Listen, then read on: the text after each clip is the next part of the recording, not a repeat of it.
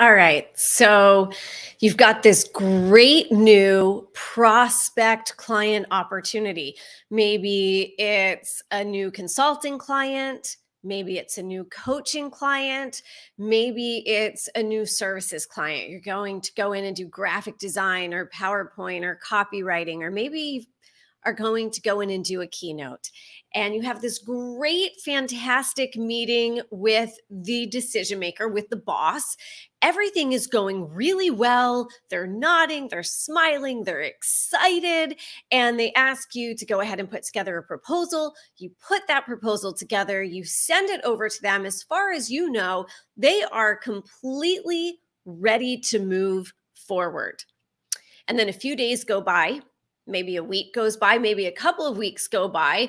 And so you follow up, and then they respond, and you get that dreaded email.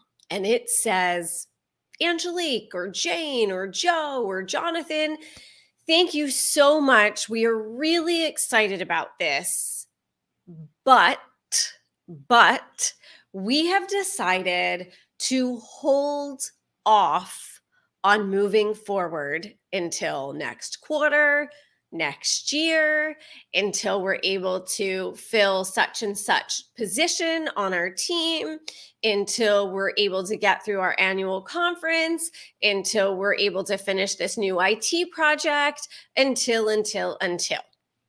And that is one of the most deflating emails you can get. Really, the only one that's worse really is we've decided not to move forward at all. That is decidedly worse than the one that says we're going to move forward, but not until XYZ happens. And really, oftentimes, the truth of the matter is that can really just be a delayed no. It can be sort of a delayed kill of the opportunity. And it's just kind of, now it's even worse because they're stringing you along.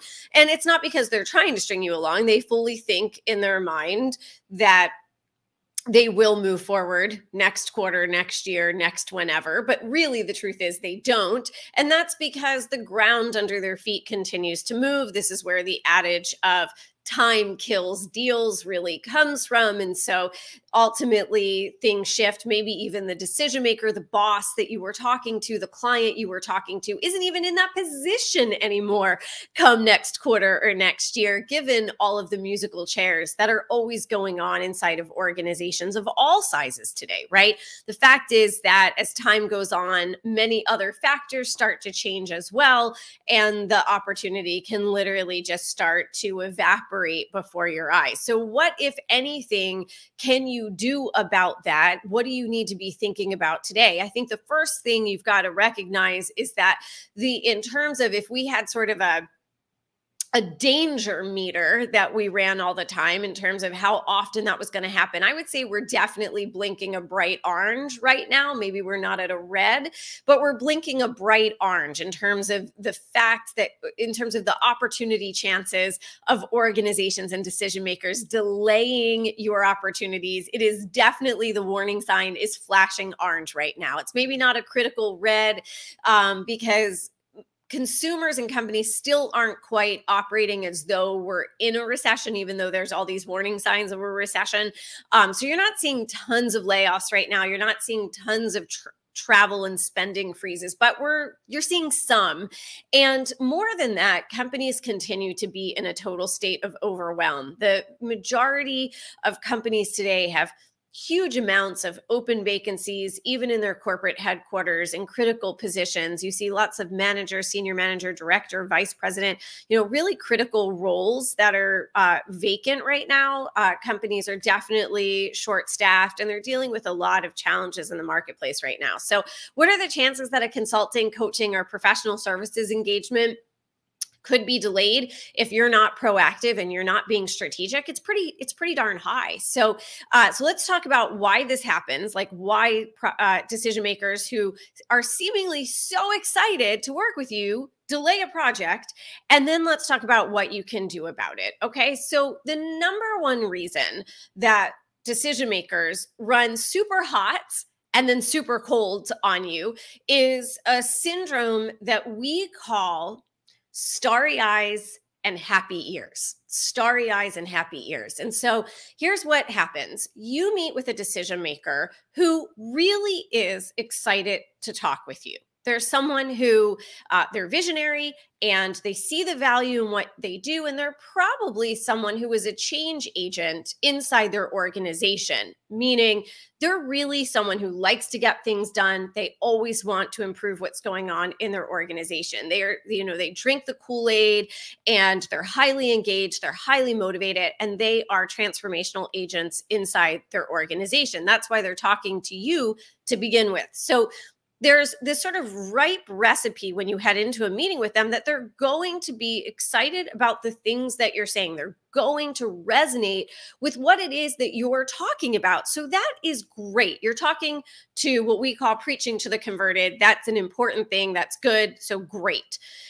The more you talk, the more they get excited. Right? They're excited. You're talking about employee engagement, employee performance, diversity, equity, inclusion, reducing turnover, problem solving, emotional intelligence, getting, better results, better sales, better design, better branding, leveraging influencer marketing, whatever it is that your area of specialty is, they're all bought in. So of course they're getting excited and they're talking about possibilities and you're talking about possibilities. And so they really want to move forward. So now they've got starry eyes because they're envisioning the future that you're laying out for them. So now their eyes are filled with stars of the future, right?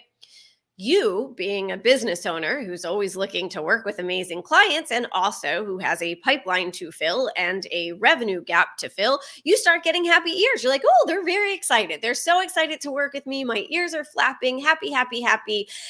This is really going to be an opportunity. I'm so excited to work with them. And I'm really excited to sell a program for 10, 20, 30, 40, 50, 60, 70, 80, 90, $100,000, maybe bigger. So you're really excited. So your ears are definitely flapping happy and their eyes are very starry.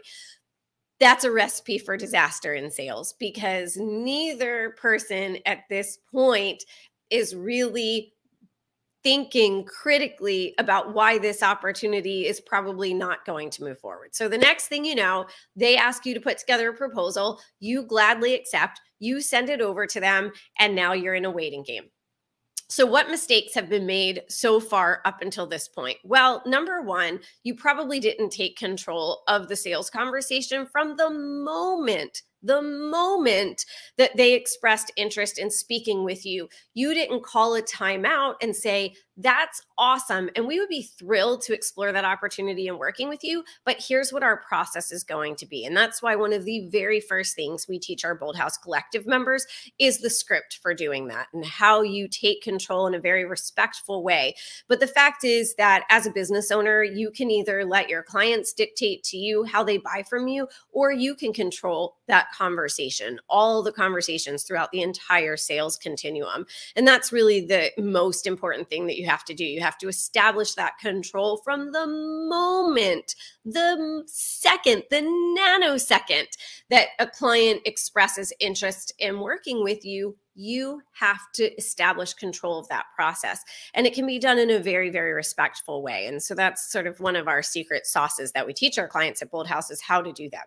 Once you establish how to take control of that sales conversation, the next thing you need to do is make sure that as you are co-creating with the client, you are really nailing down every single one of the details. As you go through that process, it gives you the opportunity to start identifying where the client actually has true urgency. And this is so critically important.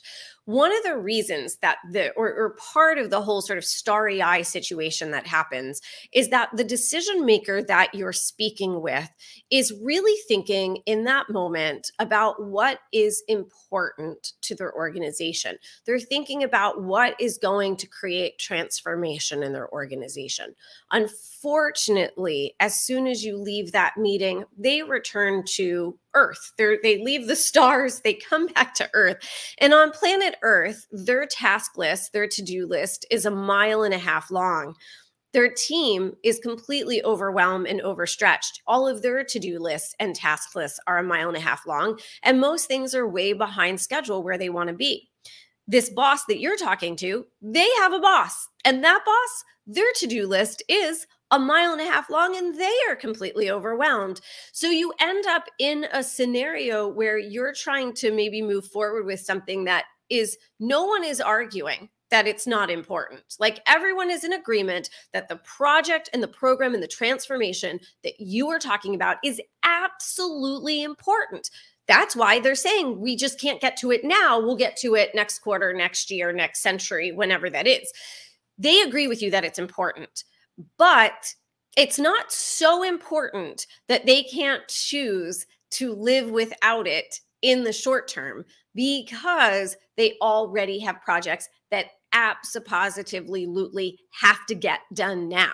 So in that co-create to 100% process that you do with them, and we teach our clients to do with their clients, you have to figure out, how do you make the thing that you're talking to them about actually tied in to what it is they're already doing? How can it become an absolute essential to the things that are already on their calendar? What is coming up for them? Do they have an employee all hands meeting? Do they have a new product launch that's already scheduled? Will their team be at a big trade show, a big conference? Will they be doing promotions or performance reviews in October? Will they be going through an open enrollment period for health insurance? Will they be doling out promotions in January? Will they be having bonus structures coming out? Will they be doing a reorg in their organization? You know, the number one disruption that's happening inside of companies this year is business model disruption. So are they reorging? What is happening on their calendar already? If you don't tie what you're doing to what is on that client's calendar, you're done for right now. I hate to say it so bluntly, but I want to be that clear that if you just focus on the bottom line ROI, there's a lot of things companies aren't doing right now that would help their bottom line ROI. And your project's just going to be one more on the pile of things that they should be doing that they're not doing. So you want to close the deal, tie it to what is already happening, and bake it into that. And the only way you're going to have an opportunity to do that is if you take control of the sales process up front, you follow a process, a proven process to do that. And then when you're in co-create to 100% with the client, you're figuring out all the details and you're really baking it into what they're doing. That is a conversational process that you have to be able to do at the table. And then next, and finally, of course, is never, ever, ever, ever, ever, ever, ever, never sending over a proposal to a client. It is really just a kill order for the project when you do that. And I really want you to think of it that way. I'm sending this proposal over, so I'm giving it a kill order. And then if the prospect decides to shoot and kill, they can. And if they don't, you're lucky. But if you send over that proposal to them, then basically you're giving them permission to engage a kill order on it and then send you that we've decided to hold off on X, Y, and Z. The way around that is we have a great proposal template on our website. It's free. You can find it on the homepage at boldhouse.com. You can use that template. It's fully editable. You can put your brand on it. You can edit it however you want. And then you do it in a PowerPoint presentation, and then you schedule a Zoom session or Google Meets or whatever, right? Microsoft Teams or whatever all the various tools are. We happen to use Zoom around here. And you schedule a meeting and you walk them back through everything that was discussed. And then you re-engage with them around how this is baking into the things that are already on their to-do list. The last piece of this is really thinking about how you are structuring your client programs and the services that you're providing to your clients to ensure that you're taking as much off the client's plate as absolutely possible. And you're making that a key part of the discussion start to finish with your clients. I think one thing that a lot of consultants and coaches and professional service providers continue to fail to understand is that anytime that a client chooses to work with you, you are adding work to their plate. They now have to get you set up in their accounting system, their payment system. They have to sign a contract with you. They have to add meetings and conversations with you. They have to answer questions over email with you. They have to meet with you. They have to go get approvals internally. They have to talk to their team about you. They have to bring you in to do the work that you're doing. They have to manage the project that you're doing. You're adding a significant burden to your clients anytime that they say yes to working with you. So when you come from that mindset of realizing you're a help, but you're also a burden, you can start to really redesign how you work with your clients to take as much of the work off them as possible. Are there communications that they're going to have to send to their team announcing this project? Well, give them that on a silver platter. They're going to have to book calls with you.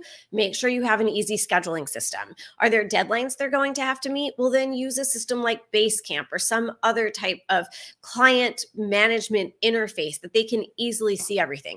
Have a kickoff meeting with them that just lays everything out in as simple terms as possible. Make sure that when you have a meeting with them that you're coming fully prepared and you're getting everything that you need from them in as few conversations, in as few emails as possible. Make sure there's accuracy in everything you're doing. There's nothing worse than when you're a decision maker and you bring in an outside expert to work with you, and then they send over materials that have typos, poor formatting, are just sloppily done. That decision maker now has all of this work they have to do to get everything that you're doing ready to be able to share internally with their organization. So what are the things that you're doing to reduce the burden? And that should be part of the conversation that you're having with your prospect during that co-create to 100% conversation, because that's where you can say, listen, are you going to send emails to your team about this? We can put that together for you. Are you going to need some slides to go talk internally about this initiative? We can put those together for you. Are you going to need to do X, Y, and Z internally? Because we could do any and all of that for you, so that this is as turnkey of a program, as turnkey of an initiative as we can possibly make it for you. And, don't do silly things like ask the decision maker questions that you can answer yourself by going to this amazing website called google.com. You wouldn't believe, even today, as a CEO of an Inc. 5000 company, even today when we work with outside folks, it amazes me when we bring in an outside vendor or consultant or what have you, that they will send emails to me that either could go to my accounting team, that they could find on our website, that they could go to Instagram or Facebook and find us, that they could go to Google and find this information, and yet they send it to me. That is just absolutely infuriating. I just had this conversation with more of a tech company that kept sending invoicing, questions to me. It's like, look, we've asked you 5 times now to go to accounting right? Why are you coming to the CEO of the company for some paperwork issues? So you should be going to the accounts payroll team. You should be going to legal. You want to take as much as you can off that decision maker's plate. So here's the bottom line to kind of summarize what we've talked about today. The biggest reason that opportunities get delayed is because your client gets starry eyes, you get happy ears. And so from that point forward, you're operating from really not the risk adverse perspective that you need to be operating under, which is, why is this opportunity not going to move forward? And the biggest reason it's not going to move forward is because the things that they have to get done between now and, say, the end of the year or now and the end of the quarter will all take precedence over something that is very valuable, very important, very transformational. But if it isn't essential to the things that they are essentially already on the hook for, then it gives them the absolute easy way out, which is, yeah, this is something we want to do. We just don't want to do it right now. So you've got to have control of the sales conversation, the entire ecosystem of sales conversations from the get-go, respectfully, but in service of them and also in boundary setting for yourself. You've got to make sure that when you're going through those conversations, you're really looking for the reasons why an opportunity isn't going to move forward. You're doing everything you can to reduce the burden on the client, them, their boss, and their team, their organization as a whole. You want to take all of that off. And you've got to weave it into what's already happening on their calendar. If it's not woven into that, and then worst of all, you put together a proposal and you just send the proposal over, like I said, you're basically at that time and point, you're basically setting yourself up for them to easily hit the delay button. And delay often turns into a delete in the end, because so many things shift by the time it comes back around that it's no longer relevant or the moment has passed. We don't want to see that happen to you guys. So some really important things to be thinking about right now with those warning signals flashing orange out there. Definitely need to be mindful of this. Couple of things really quick that I'll just mention to you guys. If you are, let me just see if I can share this here. If you're someone who's looking to add more B2B clients to your portfolio, or you're looking to add your first corporate client to your portfolio, and around here at Bold House, we really define corporate as all organizations, higher ed, colleges, universities, nonprofits, the big corporates, the mid-markets, the well-funded startups, who have tens of millions of dollars in funding. We can really put all of them together under the umbrella of corporate. And the reason you can do that is because the decision makers inside those organizations all approach things from a decision-making perspective largely the same. The strategy that you use to sell to the CEO of $100 million company can be very similar to the same strategy that you use to sell to an executive vice president in a Fortune 1000 company. The psychology and the process are very, very similar.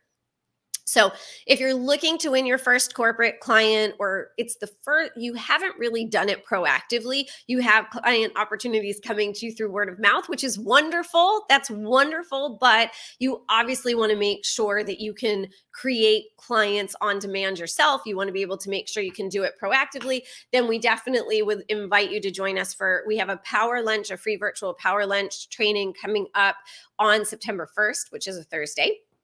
We're going to talk about how do you win your first corporate client. So we'd love to have you join us for that. We're really going to break down what are those steps that you need to be thinking about. What are the things you don't need to be worried about? What are the things you do need to be worried about? So that's on September 1st. Definitely invite you to come and join us for that. And if you are not aware of it, we have our annual conference coming up in October. It's absolutely amazing. There's nothing else on the planet like Bold House Groove. It's a 3-day event in South Florida, right on the beach in Fort Lauderdale. And it's really the only event of its type that's for consultants and coaches and speakers and service providers and other experts who are working with B2B clients, corporate clients, or who want to be working with corporate clients. I'm going to say something that's a little controversial, but there's really a bit of sort of this like bro culture that has taken over for small business marketing that's really heavy in the digital marketing space. And that's great. Some of those strategies are like really great in the online digital marketing space. But if you're a consultant and you're walking into, let's say, Facebook, or you're an executive coach and you're walking into Loyola University for an opportunity to coach some of their administrative staff, those strategies that are taught in that online sphere, out on Clubhouse and out on Instagram, and so much of that stuff with the funnels, it just doesn't apply to these other organizations. It's not how they find their outside experts. It's not how they have conversations. It's not what they're looking for. They don't care about your follower count. They care about, do you understand their challenges? And if they bring you into their organization, are you going to deliver value to them, or are you going to make them basically look foolish, right? And be a waste of their time and their budget. So it's a very different world. So this is our world, which is the consultants and the coaches and the professional service providers working with these high-end clients, these high-end organizations. Again, whether it's a mid-market company or a nonprofit or a college or a university or a major corporation or even that well-funded startup. This world is such an exciting place to be. It has so much impact on the world. And when you go into these organizations, just one yes with a decision maker can mean that you're impacting dozens, if not hundreds, if not thousands of employees or customers or people in the community, all through that multiplier effect of working with those organizations. So if that's something you want to do more of, and you want to be in a community where everyone is focused on being a transformational change agent with these kinds of organizations, then Bold House Groove is the place to be in October. There is nothing else on the planet like this conference. So we really pull back the curtain on everything you need to know about working with organizations so that you can really fill your pipeline and do the work you want to do, right? Not spend your time just pushing out content, but really do the work you want to do. So that's Bold House Groove. But if you want to get some more training in the meantime, and you want to know how to get started working with these high-end clients, then go to boldhouse.com/your-new-normal. The URL for that is right below. And then you can join us for our free power lunch that we're having on September 1st. And another resource for you is our proposal template over on boldhouse.com. You can find that there as well. Remember, the lights are flashing orange right now when it comes to projects potentially being delayed. Don't let that happen to you. Take control of that sales process from the beginning. Look at where it's going to get stuck and make sure that that place that you're identifying is in that important versus what's going on for them right now. If you can link it to what's on their calendar, you can bake it in and you can take as much off their plates as possible, and you control that proposal process. You have that conversation and you hold tight on that baton until you're all the way in the end zone. You're going to have far fewer opportunities delayed in your business. And that's really a big part of the game in hitting those revenue goals. Don't count your chickens until they're hatched, right? Make sure you control it all the way through the end zone. I hope that's helpful to you guys, and I will see you around LinkedIn later this week.